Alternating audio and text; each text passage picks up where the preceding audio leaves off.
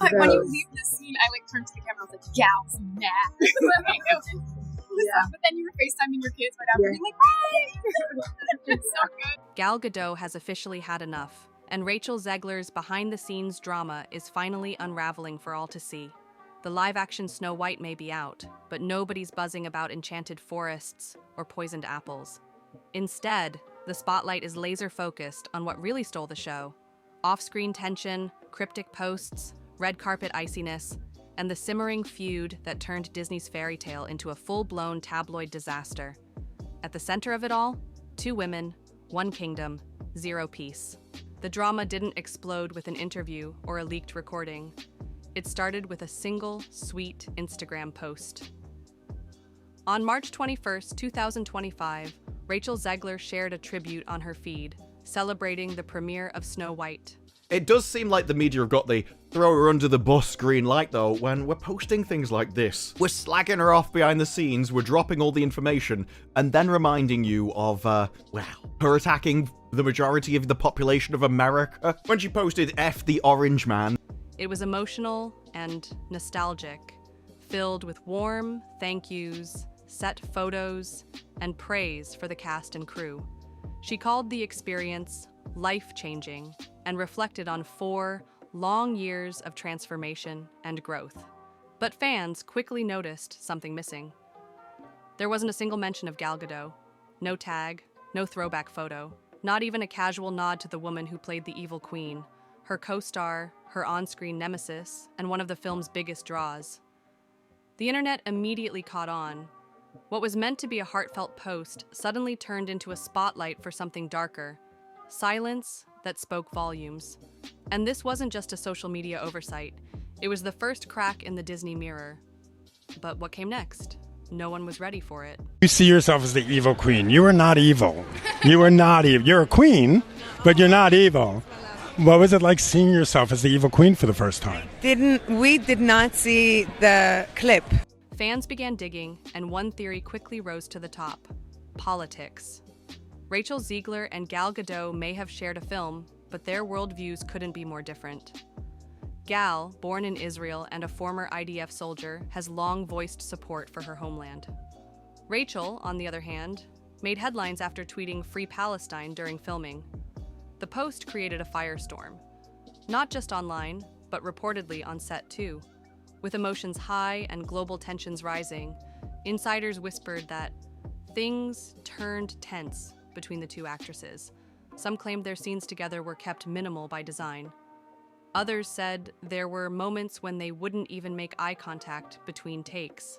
Oh my god, well, when you get to wear Sandy Powell, first of all, insane. And then you get to be lit by Mandy Walker, and Nadia Stacey designed your hair and makeup. It's like the most incredible thing in the world. And then all of a sudden you open your eyes and you watch the playback, which I never do. It wasn't just political. It felt deeply personal. And just like that, a fairy tale production turned into a quiet battlefield. But the divide went deeper. Beyond the headlines, these 2 actresses live completely different lives. Gal Gadot is 39, a mother of 4, married since 2008, and famously grounded. Her world revolves around family, privacy, and polished red carpet appearances.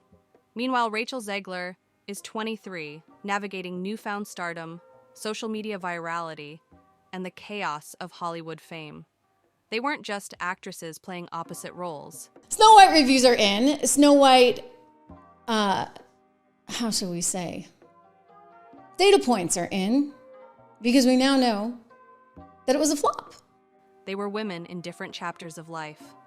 While Gal was FaceTiming her kids between interviews, Rachel was still learning how to balance fame with adulthood. That gap?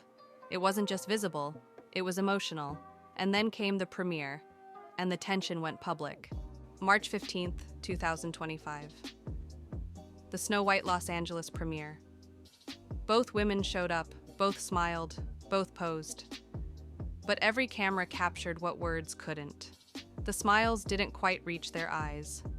Their body language was stiff. Their chemistry, icy cold. To fans, it looked less like a reunion and more like a corporate obligation. That night, social media turned into a detective agency.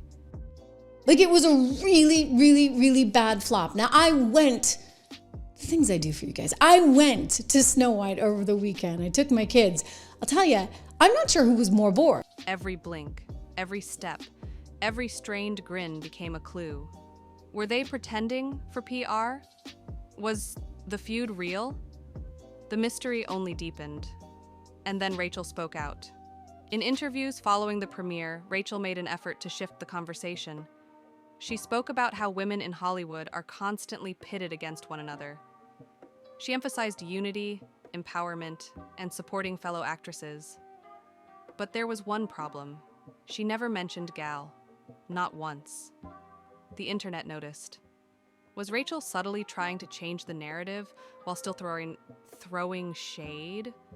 Or was this her way of saying let it go without actually letting go? You're crying on that stage. When am I not crying in public? It's so upsetting. Why were you crying? Oh my gosh, I saw the well, we didn't even see. Overwhelming. We didn't even see, It's but I saw the overwhelming. logo and I went, that's my name. Snow White's up there. Whatever the intent, the silence said everything. But that was just the start of Disney's troubles. With rumors swirling, Disney found itself in a PR nightmare. The studio downscaled the premiere, no press blitz, no over-the-top red carpet glamour, just a quiet release. Like they didn't want to draw attention to the storm building behind the scenes. Insiders revealed that internal discussions turned chaotic. Marketing teams scrambled. The studio was already fielding criticism about Rachel's casting. Adding this feud to the fire? It was a branding disaster, and then came the backlash. Not from fans, but from within. I love what you said about wanting to entertain audiences, critics saying Disney's too woke, but you're just putting out storytelling. We are. Look, I don't really like the term woke because I think it's an umbrella term that I'm not 100% sure I even know what it means. Back in June 2021, Rachel Zegler had been announced as Disney's new Snow White. At the time, many praised her voice, her energy, and her potential. Director Mark Webb called her a revelation. But others pointed to the obvious. Snow White, by name and description, was written as having skin as white as snow. Casting a Latina actress for the role sparked heated debates about staying true to source material versus updating fairy tales for modern audiences. You know, the original cartoon came out in 1937, and very evidently so. There's a big focus on her love story with a guy who literally stalks her. Yeah. Weird. And when Rachel defended her casting, she didn't just push back, she celebrated it.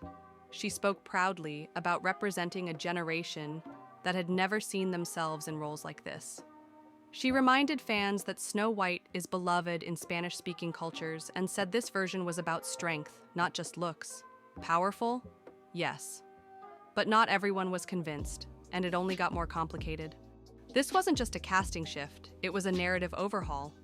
In this new version, Snow White wasn't named for her skin tone, but for surviving a literal snowstorm as a baby. Prince Charming, gone, romance, replaced with leadership arcs and personal empowerment. And you still think it's because you're a good person and everybody else isn't, not because you're missing something, being the forest for the trees. So, I just wanted to let you know how the entire world feels about you and your exceptional take. Rachel, said Rizai, she's not waiting for a prince, she's discovering who she is. To some it was inspiring, to others it was a betrayal of tradition. Critics slammed the movie for being preachy, confused, and soulless. And just as the film was about to release, things got worse. The film opened on March 21st with a $42.2 million domestic debut. Worldwide, just $87.3 million. For a film with a reported $240 million budget, that was devastating. This thing was a disaster. It only made $43 million at the box office, which is really bad for a movie like this. I don't have the numbers at the top of my head, but I want to tell you, Cinderella, which was a number of years ago, don't forget how much inflation has happened. By early April, Snow White had made only $147.2 million globally, a staggering $115 million loss. Critics weren't kind. Rotten Tomatoes sat at 42%. Metacritic gave it a lukewarm 50. Even CinemaScore's B+ felt more like a polite shrug than genuine praise. And fans? They walked out wondering what had just happened to their childhood memories. But this wasn't the end. The damage wasn't limited to one movie. After Snow White's underperformance, Disney slammed the brakes on other planned remakes, most notably Tangled. Insiders said the studio was now playing it safe, waiting to see how upcoming films like Lilo and Stitch and Moana perform before committing further. Just last week, the media and the shill influencers were trying to do everything they could to save Snow White from being a complete and total flop in the box office, and they failed miserably. This movie is already a complete and total disaster, and it is so bad that now even the media has to admit. A single movie had sent shockwaves across the entire Disney live-action strategy, and Rachel? She tried to take back control. Rachel issued a public apology, a tearful, vulnerable moment where she admitted flaws, reflected on her mistakes, and asked fans to give her a chance. "I hope people still want to see what I do," she said. Some fans rallied behind her. Others called it performative. The internet was divided, but Disney executives knew one thing for sure. The damage was already done. Snow White, the toe-curlingly terrible live-action remake, has bombed so hard at the box office that even Paul Tassi had to admit it. It got $43 million, and there are very few ways to spin that. But can they bounce back, or is the magic gone for good? What started as a dream project became one of Disney's most chaotic public disasters. Rachel Zegler didn't just play Snow White. She became the lightning rod for everything from representation and politics to fandom wars and studio strategy. Gal Gadot kept her poise. Rachel Zegler showed her fire. And the audience? They got front row seats to the implosion of a modern fairy tale. Will Disney recover? Can Rachel bounce back? Or is this the cautionary tale Hollywood didn't see coming?